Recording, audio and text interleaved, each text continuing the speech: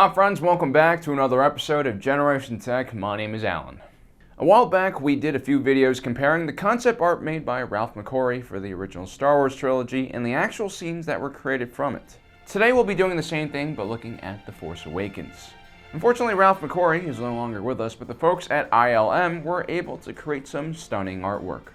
A lot of concept art is directly copied into the film, but sometimes you have pieces of art that don't make it into the film or are significantly altered.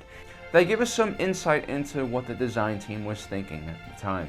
Our first slide shows Kylo Ren arriving at the Church of the Force camp on Jakku. He's walking down the ramp of a First Order Upsilon-class command shuttle. If you look closely at the First Order troopers flanking him, especially at their helmets, you'll notice that they're very similar to the Imperial stormtroopers.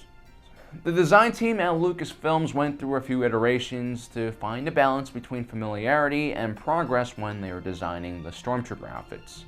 This series of concept art shows a much more angular-looking First Order trooper, which fits a more generic sci-fi look, in my opinion. In the end, the team decided to go in an opposite direction and made the armor much cleaner and less aggressive-looking. Kylo Ren also originally had a few different helmet designs that were all very obviously inspired by Darth Vader. All of these designs also seem very exotic and alien. They certainly remind me more of a samurai helmet, which is partly what Darth Vader was originally designed to look like. But eventually they went with the design we saw in the movie, which I have to say has grown on me. One of the earlier concept photos shows a ship graveyard on a frozen tundra. There also is two large suns or perhaps two moons in the background. We're not sure what exactly this painting is showing, but I'm guessing it was an earlier sketch of Rey's home planet, which would become Jakku. The first few shots of The Force Awakens, where Rey is scavenging for materials in a crashed Star Destroyer, represent some of the most beautiful cinematography I've ever seen in the Star Wars franchise. In one version of the concept art, we see that Rey's home is situated at some elevated point on a crashed starship, perhaps the bridge of an Imperial Star Destroyer. This is certainly a much more epic and visually appealing location for her home, but the AT-AT that would eventually be chosen for her home conveyed a much more humble and simple life, which I think suits Rey's character much better. We have some more scenes of Jakku, this time of Nema Outpost. It's amazing how well the concept art shows off the atmosphere and lighting that would eventually appear in the movie. This interior shot shows a mechanic piecing together spare parts to make what looks like an extremely overpowered speeder. There also seems to be an ancient Y-wing cockpit in the foreground with an astromech stuck in its socket. Which makes sense, after all, Jakku was the site of one of the largest battles of the Galactic Civil War, and broken vehicles and starfighters litter the surface of the planet. The concept art also shows a broken down AT-AT being used as a store and Unkar Plutt's scavenging center.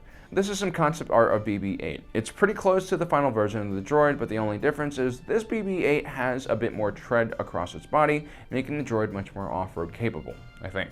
And this next shot, BB-8 is inside of some droid maintenance facility. It's a shot that never made it into the movie, but I'm guessing it might be inside of scavenging vehicles similar to the one R2-D2 was trapped in when the Jawas jumped him, or perhaps it's in a First Order building of some kind. In our next photo, we see Kylo Ren's troops returning to the Resurgence on an Upsilon command shuttle and two landing craft vehicles.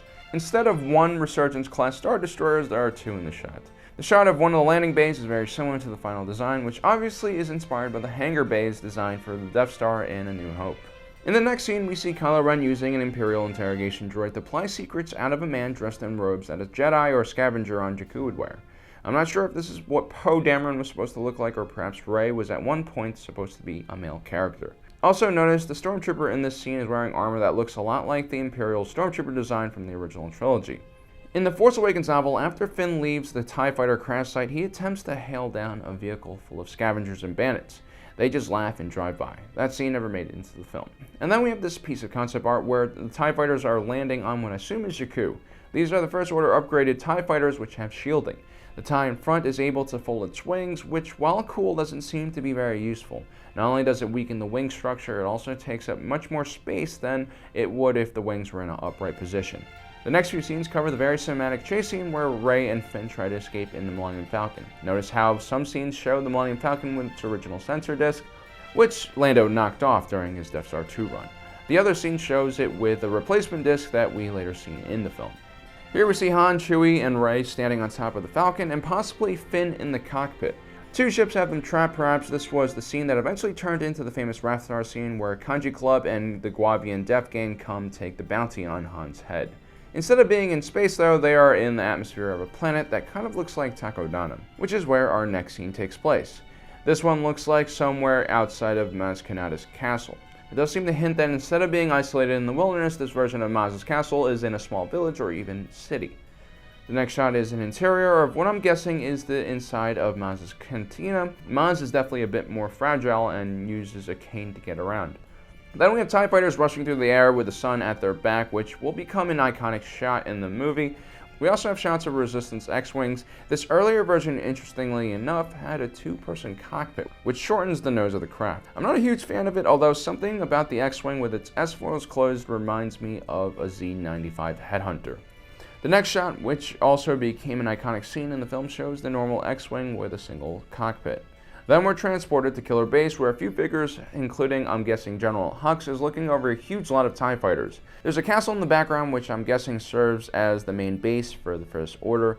It does seem a lot more primitive and medieval than the one we see in the film. The final rendition of the First Order base is seen in this next concept art, and I really like how it turned out. From this angle, you can really see how aggressive and sharp the platform Hux is standing on is. Next up, we see the shot of Leia's shuttle landing on Takodana with C-3PO right next to her. It's not that interesting of a shot, but it does remind me of an RTS. The next shot shows the Resistance base on Dakar, which is definitely reminiscent of the base on Yavin 4. Then we go back to Starkiller Base, where we see the Millennium Falcon crash in the snow after blasting through the shield at hyperspace speed. Seems like there is also a second version of that landing where they actually are able to get the struts down and land in a more dignified manner. Then we have Han and Chewie in one figure who again oddly is dressed like a Jedi standing beneath a giant laser turret. In the film, that figure was Finn, and he famously tells Han that he used to be a janitor on Starkiller Base and suggested they use the Force to succeed on their crazy mission. Next up is a shot of Resistance X-Wings diving at a thermal oscillator in an attempt to destroy it. The hope is that will destabilize the core of the planet. This engaging angle is once again repeated in Rogue One during the Battle of Scarif. Next up is the iconic shot of Han and Kylo Ren meeting on the bridge in Starkiller Base. You can see that the window with a small beam of light plays an important part of the scene and is present in both drafts. A third sketch, which is one of my favorite pieces of concept art from The Force Awakens, shows an earlier version of the showdown where Han Solo kind of looks more like Snake Plissken than Han Solo. I think it's a much better look than what they ended up with, and also, yeah, Kylo Ren has a robot arm and robot leg. Those plans were scrapped after actor Adam Driver refused to undergo the necessary surgeries that would have required.